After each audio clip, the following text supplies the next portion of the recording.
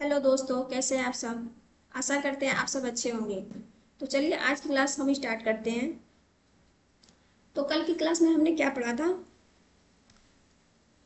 तो चलिए पिछला थोड़ा सा हम रिवीजन कर लेते हैं कि कल हमने क्या पढ़ा था। कल हमने पढ़ा था कि विशेषण के कितने प्रकार होते हैं, कौन कौन से होते हैं, एंड उसकी परिभाषा पढ़े थे। तो विशेषण चार प्रकार के होते हैं। इसके चार भाग होते हैं। विशेषण के चार प्रकार होते हैं। पहला कौन सा है? गुणवाचक विशेषण। दूसरा संख्यावाचक विशेषण। तीसरा आपका होता है परिमाणवाचक विशेषण। चौथा है सर्वनामिक विशेषण, जिसमें हमने दो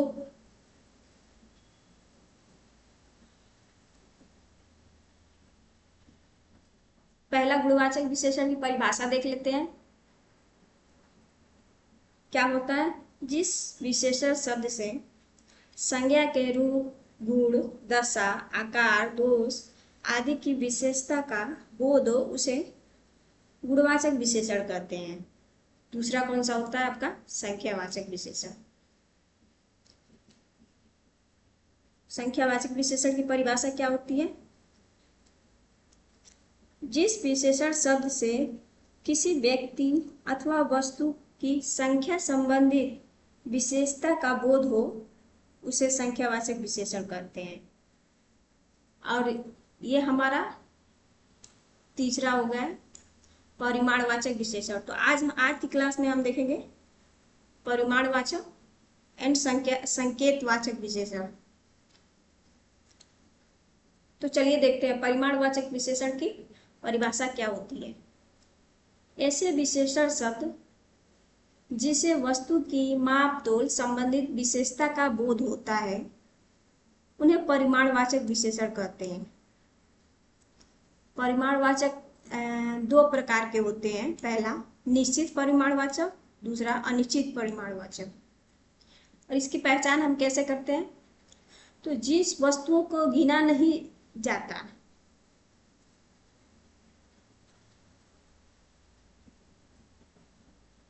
अपितु कोई भी वस्तु जिसका माप, नाप या तोल आदि की जाए, अर्थात मात्रक वाली वस्तुएं परिमाणवाचक कहलाती। जैसे कि आपका हो जाएगा 10 क्विंटल।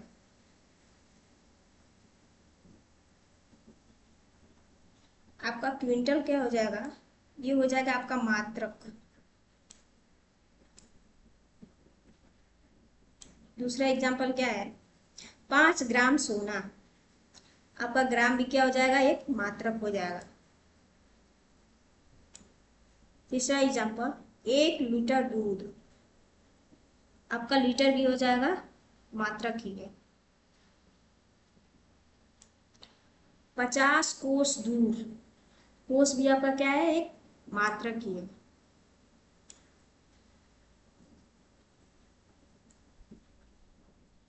निश्चित परिमाणवाचक जिन विशेषण शब्दों से किसी वस्तु की निश्चित माप तोल संबंधी विशेषता का बोध होता है उन्हें निश्चित परिमाणवाचक विशेषण कहते हैं। जैसे कुछ एग्जाम्पल हम देखते हैं।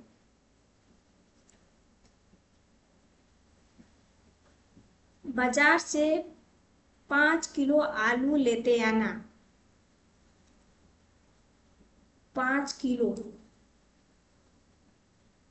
ये तो निश्चित है कि 5 किलो ही लाना है, तो ये क्या है? आपका निश्चित है। मैंने 10 तोला सोना खरीदा। 10 तोला क्या है? ये भी आपका निश्चित ही है। महेश ने 1.25 किलो शहद खरीदा। 1.25 किलो क्या है आपका? ये भी निश्चित ही है। अगर यहीं पे होता महेश ने कुछ शहद खरीदा तो ये आपका अनिश्चित हो जाता। मुझे 50 ग्राम लौंग चाहिए। 50 ग्राम क्या है आपका? ये भी निश्चित ही है। मुकेश ने 100 गज का प्लाट खरीदा। 100 गज क्या है आपका? निश्चित है। 5 मीटर कपड़ा चाहिए। 5 मीटर क्या है आपका? ये भी निश्चित है। इस ट्रैक में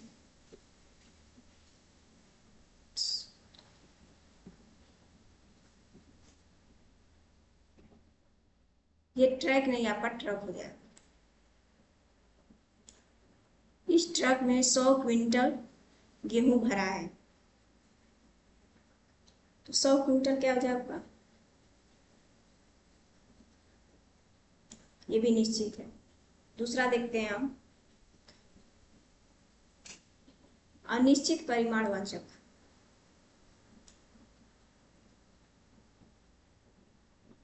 इसकी परिभाषा क्या होती है?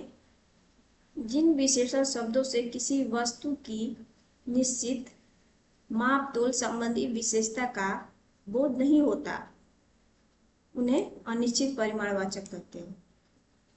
इसकी हम पहचान कैसे करेंगे? जैसे कि थोड़ा होगा, बहुत होगा, 4, 5, 1000 हो, 50। ये आपका उदाहरण, ये ड़ हो जाएगा आपका।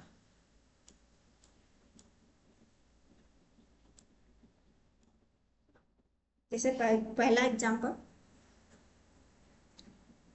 यमुना नदी में आई बाढ़ के कारण हजारों क्विंटल गेहूं नष्ट हो गए। हजारों क्विंटल क्या है आपका?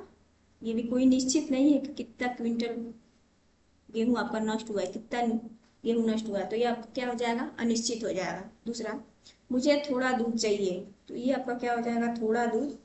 ये भी कोई निश्चित नहीं है, ये भी आपका अनिश्चित हो जाएगा। बाजार से 2-3 किलो चीनी ले आना। 2-3 किलो क्या है? ये भी आपका अनिश्चित ही है। यहीं अगर 2 रहता तो निश्चित रहता, या फिर 3 रहता तो निश्चित नहीं रहता। लेकिन यहाँ 2-3 दिया है तो कोई निश्चित नहीं है, इसलिए ये अनिश्चित परिमाण हो जाएगा। चौथा हम देखते हैं, सर्वनामिक विशेषण या संकेतवाचक विशेषण। इसकी परिभाषा क्या होती है? जहाँ सर्वनाम शब्दों का विशेषण के रूप में जहाँ सर्वनाम शब्दों का विशेषण के रूप में किया जाता हो, ऐसे शब्दों को सर्वनामिक या संकेतवाचक विशेषण कहते हैं।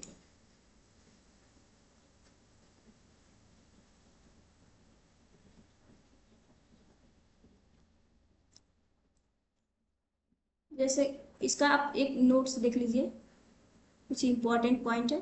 जैसे पुरुषवाचक एवं निजवाचक सर्वनाम को छोड़ के, पुरुषवाचक एवं निजवाचक सर्वनाम को छोड़ के, जैसे उदाहरण,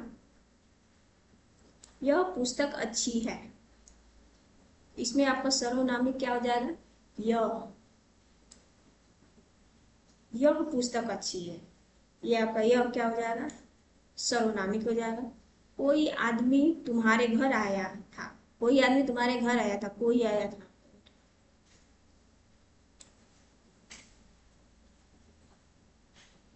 ये भी क्या हो जाएगा आपका? सर्वनामिक। इस कुर्सी के तार टूटे हैं। इस क्या हो जाएगा? ये भी आपका सर्वनामिक हो जाएगा। वो थोड़े तेज दौड़ता है। ये भी वो आपका हो जाएगा सर्वनामिक।